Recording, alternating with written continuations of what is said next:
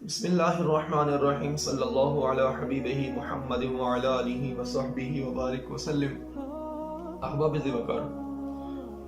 موضوع سخن یہ ہے کہ وہ شخص جو خدمت خلق کرنا چاہتا ہے وہ ہمیشہ سکھی رہتا ہے، جو صرف جس کا موٹو، جس کا مقصد صرف یہ ہوتا ہے نا کہ میں نے لوگوں کی خدمت کرنی ہے، وہ بڑا سکھی رہتا ہے۔ اور اگر کسی کا ذہن یہ بن جائے کہ میں اس لیے یہ کام کر رہا ہوں کہ لوگوں میں میرا نام پیدا ہو، وہ بڑا پریشان رہتا ہے۔ جناب عمر فاروق رضی اللہ تعالیٰ عنہ آپ فرماتے ہیں کہ میں نے جناب صدیق اکبر رضی اللہ تعالیٰ عنہ کے دور حکومت میں مدینہ کے غریب لوگوں کی میں نے لسٹ بنائی کہ کتنے غریب لوگ ہیں، پھر ان کے گھر ڈیوٹی لگانی تھی۔ آپ فرماتے ہیں کہ ایک نبینہ عورت تھی، بوڑھی عورت، وہ بھی غریب لوگوں کی لسٹ میں آئی۔ آپ فرماتے ہیں کہ میں جناب عمر فاروق رضی اللہ تعالیٰ عنہ آپ فرماتے ہیں میں ان کے گھر گیا، میں نے کہا، دروازے پہ دستک دی، وہ بوڑھی اماں پوچھنے لگے کون؟ تو میں نے کہا کہ میں عمر ابن خطاب ہوں۔ بوڑھی عورت کہنے لگی کہ کیا کرنے آئے ہو؟ تو جناب سیدنا عمر فاروق رضی اللہ تعالیٰ عنہ آپ فرمانے لگے کہ میں آپ کے گھر صفائی جھاڑو دے دیا کروں گا، صفائی کر دیا کروں گا، آپ کے برتن دھو دیا کروں گا۔ تو وہ بوڑھی عورت کہنے لگی، بیٹا تو رہنے دے، ایک 3 سال سے ایک شخص آتا ہے، وہ جھاڑو بھی دے جاتا ہے، برتن بھی دھو جاتا ہے، پانی بھی بھر دیتا ہے، تو وہی ٹھیک ہے، تو رہنے دے۔ جناب سیدنا عمر فاروق رضی اللہ تعالیٰ عنہ آپ فرمانے لگے کہ اماں جی وہ بھی کام کرتا ہے، میں نے بھی کام ہی کرنے ہیں، تو فرق کیا ہے، میں کیوں رہنے دوں؟ تو بوڑھی عورت کہنے لگی،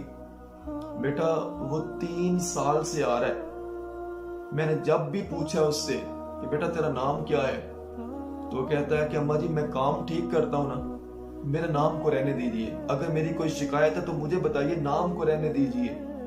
3 سال سے اس نے اپنا نام نہیں بتایا، اور تو نے آج آتے ہی کہہ دیا کہ میں عمر ابن خطاب ہوں، اس لیے جو کام کرنے پہلے آتا ہے وہی ٹھیک ہے، تو رہنے دے۔ جناب عمر فاروق رضی اللہ تعالیٰ عنہ آپ فرماتے ہیں کہ مجھے شک تو پہلے تھا کہ مجھے پتا تھا کہ یہ کون ہو سکتا ہے،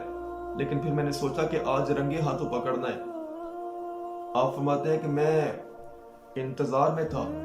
کہ تہجد کے وقت جناب صدیق اکبر رضی اللہ تعالیٰ عنہ کا دروازہ کھلا، تو اس خوشبو میں لپٹے ہوئے انسان نے، اس مقدس شخصیت نے اپنے جوتے اتار کے اپنے بغل میں دبائے ہوئے تھے، ننگے پاؤں چل کے اس بوڑھی عورت کے گھر گئے۔ اب فرماتے ہیں کہ میں نے دیکھا وہ جھاڑو دے رہے ہیں، پھر برتن دھو رہے ہیں، پھر پانی بھر کے لایا، پھر آخر میں محبت والی، پیار والی، شفقت والی باتیں کر کر کے اس بوڑھی عورت کو ہنسا بھی رہے ہیں، خوش بھی کر رہے ہیں۔ جب واپس جانے لگے نا تو میں نے کہا،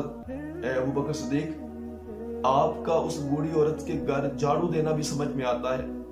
آپ کا اس بوڑھی عورت کے گھر برتن دھونا بھی سمجھ میں آتا ہے، اس کے ساتھ باتیں کر کے اس کا دل خوش کرنا بھی سمجھ میں آتا ہے، لیکن مجھے آپ کا یہ جوتے بغل میں چھپا کے دبا کے یہاں پہ آنا سمجھ نہیں آتا۔ تو جناب صدیق اکبر رضی اللہ تعالیٰ عنہ آپ فرمانے لگے، اے عمر، میں یہاں اس کی خدمت، اس کے کام کرنے آیا ہوں، دنیا کو دکھانے نہیں آیا، اور تجھے بھی پتا ہے کہ اگر جوتا پہن کے چلیں تو آواز آتی ہے، لوگوں کو پتا چل جاتا ہے کہ کوئی چل رہا ہے،